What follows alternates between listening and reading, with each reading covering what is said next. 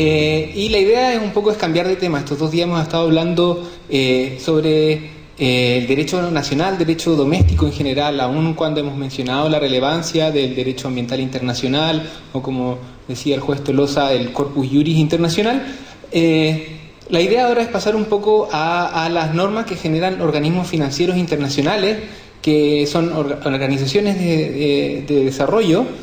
y cómo éstas interactúan con el derecho doméstico. Y yo creo que ahí hay oportunidades, sinergias, en el fondo, con el derecho nacional en la aplicación de estas políticas ambientales y sociales. Y me voy a enfocar concretamente en el caso, obviamente, del Banco Mundial y del nuevo marco ambiental y social que recientemente entró en vigor. ¿Por qué las políticas ambientales y sociales del banco? Acá muy brevemente. Yo creo que el tema de la eficacia de contar con estándares ambientales y sociales fuertes en el desarrollo de proyectos es algo que el banco ya tiene absolutamente internalizado hace muchos años. Está totalmente disociada la idea, en el fondo, de que el crecimiento económico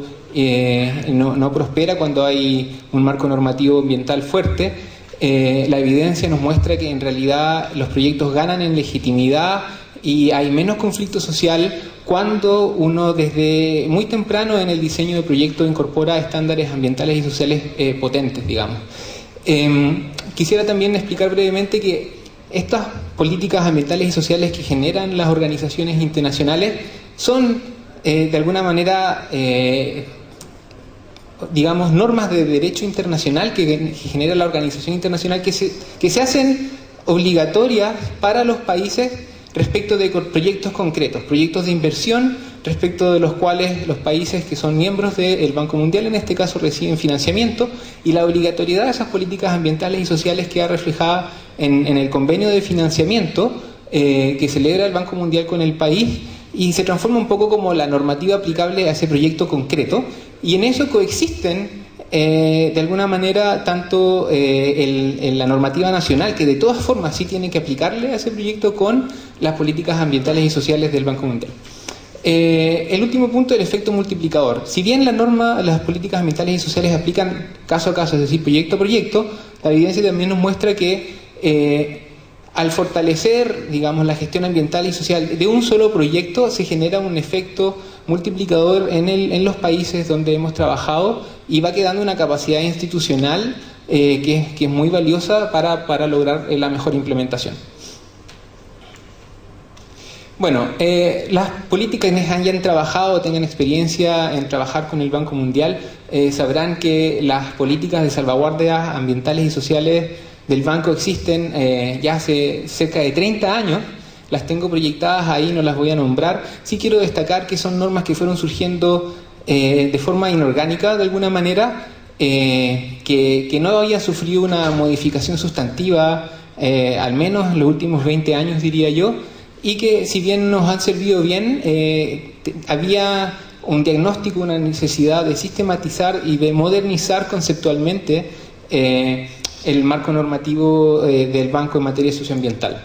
Por eso es que se avanzó hacia un nuevo marco ambiental y social que viene a reemplazar las políticas ambientales y sociales del Banco Mundial. Entró en vigencia en octubre del 2018 y fue producto de un proceso de más de 3 años de consulta pública a nivel global, tanto con estados como con organizaciones de la sociedad civil, como con otros organismos internacionales.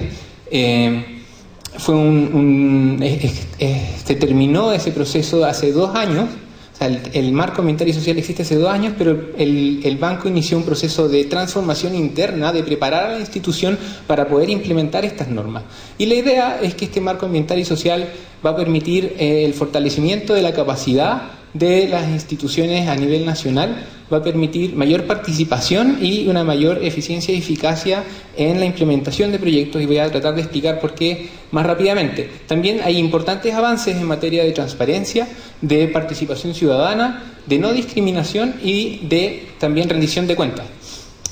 Muy brevemente, hay 3 elementos en el fondo que nosotros destacamos. Son la sistematicidad, como les decía, son 10 estándares ambientales y sociales donde uno de los aspectos destacados es que el aspecto social del manejo socioambiental tiene el mismo peso, diría yo, que el aspecto ambiental más técnico. Hay un reconocimiento en el fondo de que la dimensión social es muy relevante en la gestión socioambiental. También hay una mayor congruencia entre los estándares, en el fondo conversan unos con otros, y eso también lo voy a tratar de abordar muy brevemente. En términos de por qué es moderno, digamos, aborda directamente la realidad del cambio climático, introduce obviamente el concepto de servicios ecosistémicos, de accesibilidad universal en materia de construcción de infraestructura, por ejemplo, y también, por ejemplo, el uso de seguridad personal en la protección de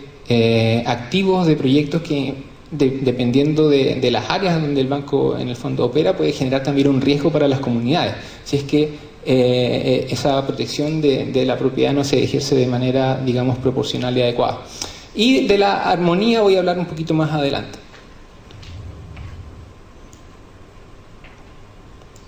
Ahí sí. La estructura, sencillamente, acá en el nuevo marco ambiental y social hay una clara distinción de roles entre las obligaciones y las responsabilidades del banco y la responsabilidad del prestatario, es decir, del país quien accede al financiamiento del proyecto del banco. La política ambiental y social en el nuevo marco ambiental y social establece los criterios de debida diligencia que el banco tiene que cumplir cuando evalúa la posibilidad de prestar financiamiento a un proyecto de inversión, mientras que los estándares ambientales y sociales son de cumplimiento del prestatario y se traducen, y acá hay una herramienta bien interesante, en un plan de compromiso ambiental y social. Lamentablemente no tengo una lámina para mostrar qué es esto en el fondo en la práctica. Sí le puedo decir a Rubén, por ejemplo, que tiene bastantes similitudes con el programa de cumplimiento, por ejemplo. Es básicamente una tabla que va identificando acciones y medidas concretas con un tiempo de ejecución respecto a qué hay que hacer para cumplir con los estándares ambientales y sociales. También el banco ha trabajado en notas de orientación, en notas de buenas prácticas para ir logrando una mejor implementación de los estándares ambientales y sociales. Y les había comentado, son 10 estándares ambientales y sociales que son aplicables a los prestatarios y vienen a reemplazar las políticas de salvaguarda tradicionalmente aplicadas por el banco. Quisiera destacar, el estándar número 1 es el estándar paraguas, digamos, el que involucra a todos los otros junto con el estándar 10, que es de participación y de divulgación de la información, donde yo creo que hay harta sinergia para promover aspectos de justicia ambiental y aspectos de también protección ambiental. También quiero destacar el estándar de trabajo y condiciones laborales, que es un estándar que no existía, no estaba recogido expresamente en las salvaguardas ambientales y sociales del Banco Mundial. Tenemos un estándar de eficiencia de uso de los recursos y prevención y gestión de la contaminación, que introduce, por ejemplo, en ciertos casos la estimación de las emisiones de gases de efecto invernadero que pueda tener un proyecto, como una novedad, la introducción de balances de agua, por ejemplo, en proyectos que puedan tener un impacto significativo en el uso del recurso hídrico. También tenemos un estándar de salud y seguridad de la comunidad que aborda, como les decía anteriormente, aspectos de accesibilidad universal, por ejemplo, y de uso de seguridad personal. Un estándar 5 que es de adquisición de tierras, y este estaba tradicionalmente abordado por la política de reasentamiento involuntario del Banco Mundial. No cambia mucho en la realidad, pero sí es un poco más amplio. Introduce el concepto de prohibición de desalojo forzoso, que es bastante relevante y está vinculado a la existencia de un debido proceso al momento de determinar un procedimiento de expropiación, ¿no? Un estándar de conservación de la biodiversidad y gestión sostenible de los recursos naturales vivos, patrimonio cultural y intermediarios financieros, que no lo voy a tocar porque es bien específico a cierto tipo de proyectos. Bien, ¿dónde están las oportunidades de sinergia entre las políticas ambientales y sociales del Banco Mundial y el derecho nacional? Uno de los objetivos, y en honor al tiempo voy a saltarme directamente a este punto, es tratar de utilizar las instituciones, los sistemas, las leyes y las regulaciones ambientales y sociales que existen a nivel de país. ¿Qué es lo que significa esto? Que en determinados casos, dependiendo del tipo de proyecto, el banco va a evaluar si es que en vez de aplicar estos estándares ambientales y sociales puede recaer o descansar para la gestión de los riesgos socioambientales en la utilización de lo que el país tiene a nivel local para abordar esos riesgos e impactos ambientales y sociales. Y el estándar, el test, digamos, legal, de alguna manera es si es que con el derecho nacional se logra cumplir al menos con los aspectos sustantivos de los objetivos que están plasmados en cada uno de los estándares. Uno de los aspectos relevantes que tiene esta dimensión del nuevo marco ambiental y social es tratar de identificar, por ejemplo, las incongruencias que existan a nivel nacional en materia de jurisdicción o de, en el fondo, a quién le corresponde ejercer ciertas competencias, o también incongruencias a nivel local o legal. ¿Cómo se va a hacer esto en la práctica? Se va a hacer una evaluación del marco normativo que no solamente va a recoger la legislación, sino que también va a recoger el régimen institucional y también el track record, de alguna manera, de implementación y la capacidad que tengan los países de identificarse brechas entre lo que planteen los estándares ambientales y sociales del banco y lo que existe a nivel nacional. Se van a ver la posibilidad de abordar mediante algún tipo de medida la posibilidad de salvar esa brecha. Lógicamente esto no significa que se va a introducir un cambio legislativo de forma inmediata frente a la existencia de una brecha entre lo que disponga el derecho doméstico y lo que se disponga en las políticas ambientales y sociales. Pero sí es un ejercicio de reflexión, al menos de encontrar una solución en ese caso específico y de ir pensando, bueno, ¿por qué tenemos esta brecha? Les doy un ejemplo. En el estándar número 1 del banco, que es de gestión ambiental y social, se plantea que la evaluación ambiental tiene que recoger los riesgos e impactos significativos que se pueden generar a nivel transfronterizo y global, y menciona expresamente las emisiones de contaminantes climáticos de larga y corta vida en la atmósfera. Eso es un aspecto relevante del estándar número 1 que habría que ver si se reconoce o se implementa a nivel de derecho doméstico, y si no, puede ser parte de la evaluación concreta en el fondo que se haga para ese proyecto en específico. Entonces esto yo creo que es un aspecto donde hay una oportunidad de sinergia para fomentar en el fondo el aumento en el nivel de protección ambiental y social. Enfoque común, hablé antes de armonía. Así como ahí hemos hablado de dispersión normativa a nivel local,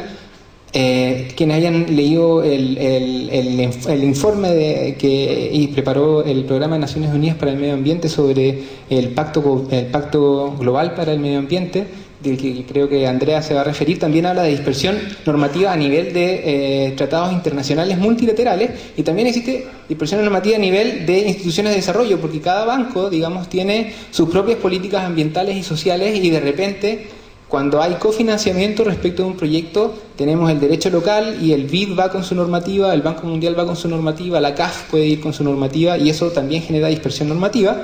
Y el enfoque común que el marco ambiental y social reconoce tiene como fin, digamos, tratar de construir mecanismos y acordar estándares comunes que sean aplicables a proyectos concretos,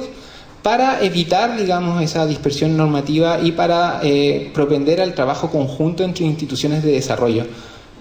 Uno de los objetivos del nuevo marco ambiental y social fue tratar de homologar, digamos, el contenido sustantivo de las políticas ambientales y sociales con las otras instituciones de desarrollo que tienen estos estándares, y tratar de avanzar en esa armonía a nivel general.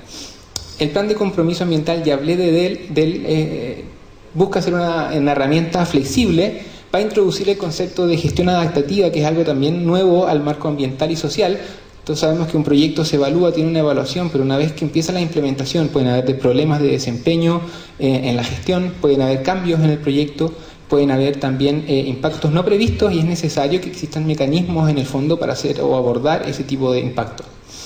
Finalmente, para cerrar, el estándar de participación de partes interesadas y divulgación de la información plantea objetivos concretos para tener un enfoque sistemático con respecto a la participación de las partes interesadas,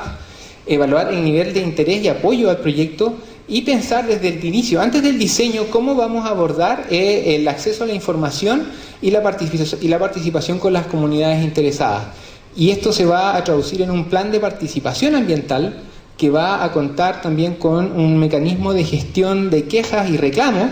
que de alguna manera introduce la noción de mecanismos alternativos de resolución de conflictos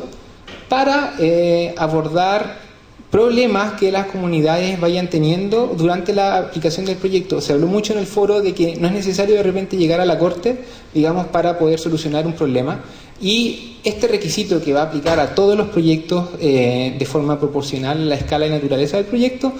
apunta a eso. No reemplaza, obviamente, los mecanismos formales de protección administrativa y judicial que existen a nivel nacional, pero la idea es que sea un paso anterior, que esté incorporado en la gestión ambiental y social del proyecto y que hayan responsables claros respecto de quién tiene que abordar esta materia.